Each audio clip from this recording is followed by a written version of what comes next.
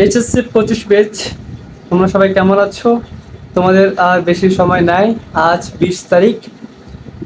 তো যদি অনাকাঙ্ক্ষিত কোনো কিছু না হয় তাহলে তোমাদের পরীক্ষা শুরু হবে আগামী মাসের 26 তারিখ।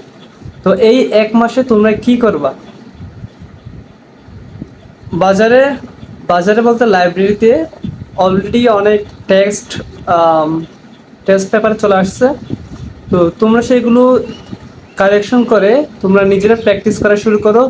যত সব বুট কোয়েশ্চেন আছে, বুট কোয়েশ্চেন প্লাস বিভিন্ন কলেজ কোয়েশ্চেন সব এক এক করে শেষ করে ফেলো।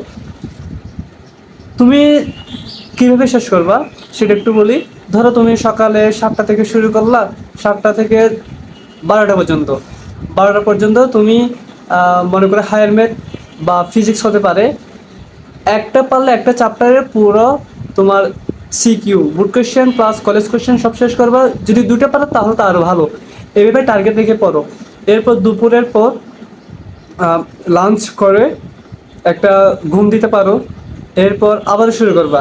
তখন তুমি ধর সকালে তুমি ম্যাথ করলা, এরপর তুমি ফিজিক্স বা কেমিস্ট্রি বা বায়োলজি বা বাংলা ইংরেজি যত যার যে সাবজেক্ট শেষ করা দরকার সেই সাবজেক্টে শেষ করবা। তো কথা হচ্ছে এটাই, তুমি বুট কোয়েশ্চেন এবং বিভিন্ন কলেজ কোয়েশ্চেন শেষ করো, অনেক একটা ভালো আউটকাম পাবা, যেটা পরীক্ষার রেজাল্টে বলে দিবে। তো ভাইয়ের কথাটা অন্তত রাখো। যারা এই মুহূর্তে একটু টেনশনে আছো, তোমাদের টেনশন করার দরকার নাই। তোমরা আমি যে কথাটা বলেছি সেটাই করো। লাইব্রেরিতে যাও, যারা টেস্ট পেপার এখনও কালেকশন করে নাই, টেস্ট পেপার নিয়ে তোমরা ওরা ধরে ম্যাথ সলভ করে শুরু করো। আর পাশাপাশি কি করবে, এমসিকিউ এখানে তোমার 1 ঘন্টা, 1 ঘন্টা না, তোমাদের তো 25 মিনিট করে, বিশেষ করে যে গ্রুপ সাবজেক্ট।